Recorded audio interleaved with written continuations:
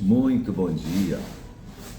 Hoje é dia 20 de abril de 2025. Estamos iniciando mais uma conversa fraterna, iniciando mais uma semana. Uma semana curta, com feriados, com tranquilidade, mais uma semana com utilidade para o trabalho. Hoje nós vamos fazer a leitura do capítulo 4 do livro Vinha de Luz, da psicografia de Francisco Cândido Xavier pelo Espírito Emmanuel. Bom dia, Regina, minha querida amiga, seja bem-vinda, tudo bem? Então, meu amor, como vai? Nonô, querido amigo, bem-vindo também. Capítulo 4 do livro Vinha de Luz, da psicografia de Francisco Cândido Xavier pelo Espírito Emmanuel. Verônica, seja bem-vinda, tenha um ótimo dia também. Título do capítulo: Em Silêncio. Mensagem evangélica é de Paulo em sua epístola, em sua carta aos Efésios, ao povo de Éfeso, capítulo 6, versículo 6, que diz: Não servindo à vista, como para agradar aos homens, mas como servos de Cristo, fazendo de coração a vontade de Deus.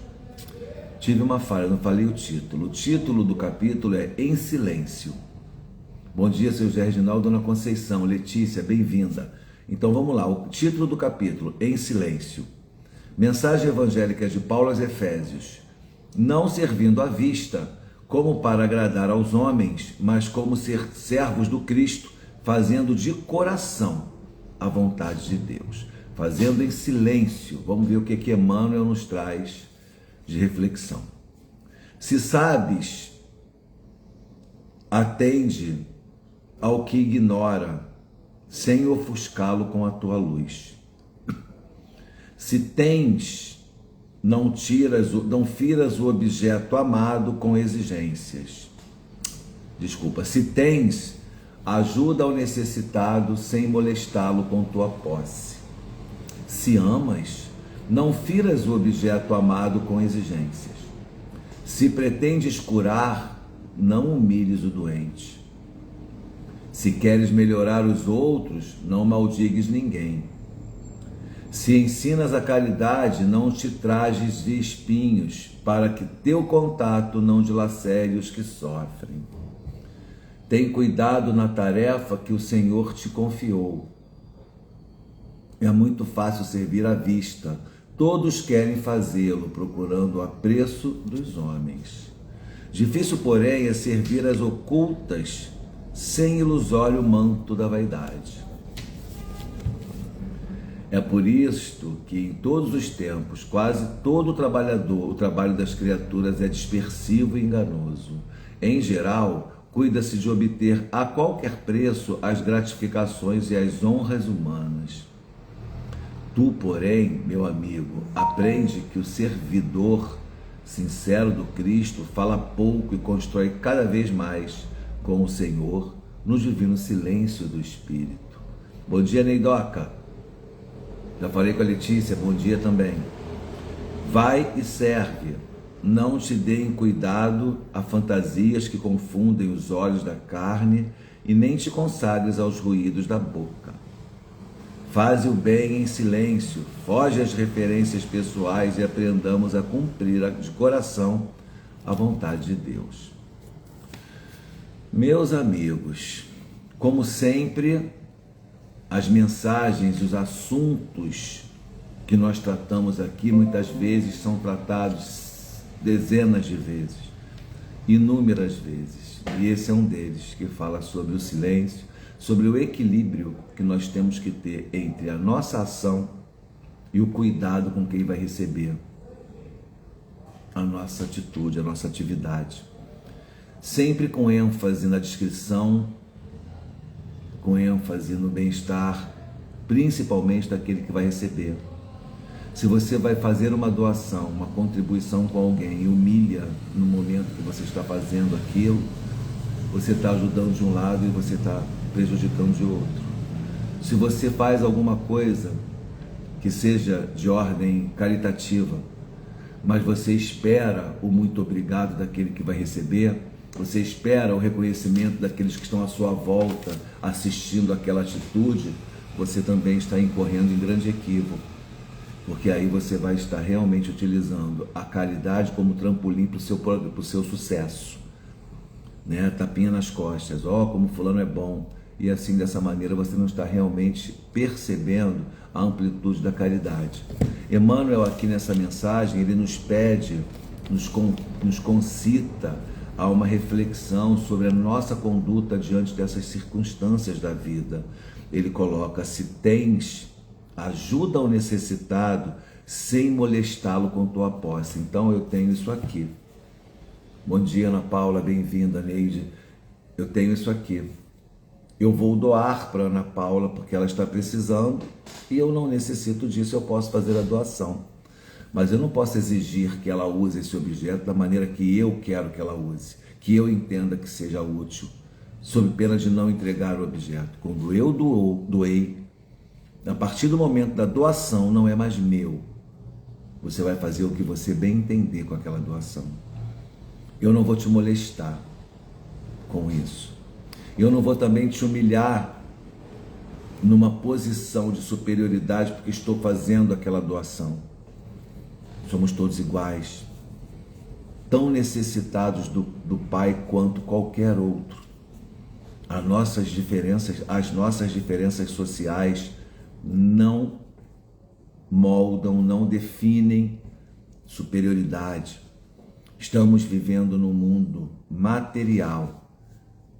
E esse mundo material tem os seus valores, que não são os valores espirituais, nós já sabemos disso. Todos os bens, todos os recursos materiais nos são ofertados por empréstimo para que nós possamos fazer utilidade espiritual com eles. Então, os meus recursos pessoais precisam ser utilizados por mim para o meu progresso, com aquisição de boa leitura, cursos, especializações que eu possa fazer para melhorar intelectualmente, contribuir para um mundo melhor, ajudar a minha família, ajudar a sociedade como um todo, caso eu já consiga entender que as minhas responsabilidades não estão só presas intramuros naqueles que são meus consanguíneos, né? Quando eu entendo que toda a humanidade é minha irmã, toda a humanidade é a minha família, eu saio dos muros da minha casa e vou olhar para o mundo lá fora como a minha grande família, a tal da famosa família universal que o Cristo nos propõe e que nós ainda não entendemos a sua amplitude. Não é verdade? Mesma coisa a nossa casa. Onde é a minha casa? Qual é a extensão? Qual é a delimitação que eu tenho da minha propriedade privada e as minhas responsabilidades? A minha propriedade privada termina lá na calçada, né? Mas eu já compartilho a calçada, que é de minha responsabilidade, com qualquer pessoa. E aí eu vou falar sobre limpeza, sobre asseio. A gente arruma a nossa casa por dentro, a gente cuida do nosso quintal e é nosso portão. E dali para fora, que se dane. Aqui, por exemplo, onde eu moro, fica muito suja a minha porta. Todos os dias, praticamente, eu saio e varro, limpo a calçada. De que me adianta ter uma casa limpa e arrumada se você primeiro vai passar pela lixeira? Então eu começo a pensar que eu preciso também cuidar da rua. Aí eu te pergunto, imagina se todos tivessem essa consciência de cuidar da rua, a rua seria toda limpa. Nós todos teríamos um ambiente mais saudável, mais agradável, energeticamente mais elevado. Então percebam que tudo depende da ampliação da nossa consciência. Primeiro a gente acha que a nossa responsabilidade é só com a casa. Dentro da casa quem está? Meu marido, minha esposa, meus filhos, meu pai, minha mãe, meus irmãos. Então a minha responsabilidade no mundo é com essas pessoas. O resto do mundo que se dane. Ontem nós estudamos no livro Evolução em Dois Mundos, quem teve a oportunidade de estar conosco naquele estudo, foi dito sobre isso, sobre o progresso, sobre a primitividade do homem. E aí André Luiz, em certo momento, fala justamente que o homem primitivo o homem selvagem, o homem primitivo, já tem ali a gênese da necessidade de nascer novamente junto com aquela mãe, com aquele pai, com aquela família que ele construiu, mesmo sem ainda compreender a importância desse laço, definir esse laço como amor, mas ele já tem a necessidade emocional de reencontrar entes queridos. O homem primitivo. Quantos milhões de anos aí atrás nós fomos homens primitivos? Né? Então, lá é justificável que eu só pense na minha família, porque lá eu estou construindo ainda esses laços emocionais que vão me levar à transcendência, que vão me levar ao progresso emocional, espiritual. Estou começando a minha jornada, a minha caminhada na primitividade. Estou matando para poder comer. Não tenho onde armazenar meu alimento. Então, todo dia eu tenho que caçar, todo dia eu tenho que buscar alimento para poder ter a minha sobrevivência. E com isso eu não tenho tempo de desenvolver tanto o intelecto. Tanto é que a intelectualidade foi desenvolvida segundo os estudos antropológicos, sociológicos, né, a partir da formação das cidades. O homem, quando era nômade, não conseguia ainda se dedicar tanto ao intelecto. Depois que ele para, a agricultura chega, as antigas civilizações começam a se formar geograficamente em local específico, perto de rios, de lagos, para poder justamente ter a agricultura semeada. E ele começa a construir cidades, como por exemplo, não sei se vocês sabem, a origem da palavra rua, vem lá da Mesopotâmia, né? E aí o homem começa a desenvolver o intelecto. Com isso também o espiritual, as emoções, forma família, constitui família, vai ali. Agora eu estou no século 21. E aí? Eu ainda estou como esse homem lá dos primórdios, só penso na minha mãe, no meu pai, nos meus filhos, no meu marido, na minha esposa? Ou eu já entendi que a sociedade como um todo é a minha grande família universal, porque Jesus veio há 2026 anos aproximadamente, me dizendo que eu sou filho do mesmo pai que ele, portanto somos irmãos. Então, se todos nós somos filhos de Deus, todos nós somos irmãos. Como é que eu estou tratando meu irmão? Como é que eu estou me preocupando com o meu irmão mais novo, aquele que não tem condições ainda de gerir amplamente a sua vida, aquele que ainda não tem capacidade de ajuntar um pouco mais de valores para ter recursos que possam lhe guarnecer lá na frente? Será que eu já estou entendendo que eu já posso, que já tenho obrigação como sociedade civil de contribuir para um mundo melhor? Mas é em silêncio que eu tenho que fazer isso. Como fazer isso em silêncio? É simples. Não é simplesmente esconder o bem. Quando a Kardec pergunta a espiritualidade no Livro dos Espíritos, não sei que pergunta exatamente, por que o mal prevalece, por que o mal parece que é mais, que tá mais em voga do que o bem? A espiritualidade responde, porque o bem é tímido. Está lá no Livro dos Espíritos, não nas minhas palavras, em outras palavras, mas a resposta é, porque o bem é tímido. O que ele quer dizer com isso? A gente não divulga o bem. Quando eu divulgo uma ação social, eu não tenho que me promover, eu tenho que promover a ação social. Quando vocês virem nas nossas páginas sociais as nossas fotografias, os nossos vídeos sobre as ações sociais, não olhem para as pessoas que ali se encontram fazendo o trabalho, e sim olhem para a ação como um todo. Que aquela ação, que aquela atitude te impregne de amor e que você venha, te impregne de amor e que você venha também tocado por aquela vontade, venha ajudar. Crie a sua ação social, participe de outra, que qualquer que seja, não tem que ser a nossa, mas que você desperte, e esse despertar é silencioso, porque se você puser um holofote em você mesmo, você não está fazendo caridade, você está fazendo autopromoção. Essa é a diferença. Não servindo à vista como para agradar aos homens, mas como ser servos do Cristo, fazendo de coração a vontade de Deus. É isso que Paulo nos orienta, já naquela época. É isso que Emmanuel nos traz hoje, nessa segunda-feira, como reflexão.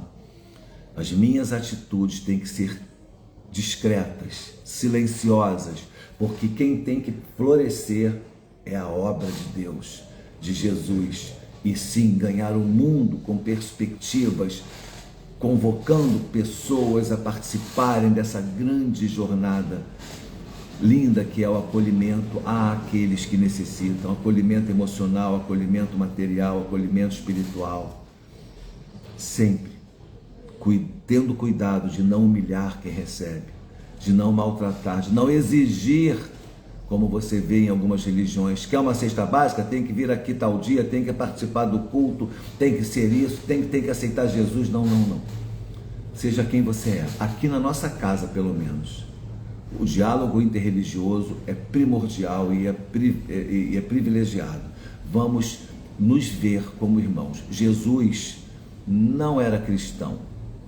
Jesus não tinha religião. Jesus não veio fundar uma religião.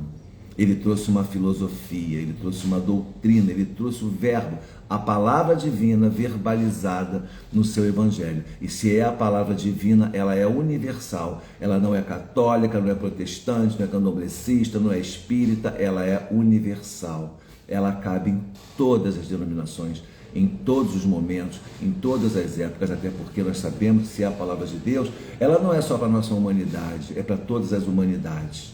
Portanto, que nós possamos entender isso e nos acolher enquanto irmãos em Cristo, filhos do mesmo Pai, e assim possamos verdadeiramente nos olhar, sem a miopia do preconceito, sem a miopia do sectarismo, sem a miopia de tantas outras mazelas que nos impedem de caminhar lado a lado como verdadeiros e fraternos companheiros de jornada nessa grande oportunidade que é viver. Paulinha, paulistana, aliás, bom dia.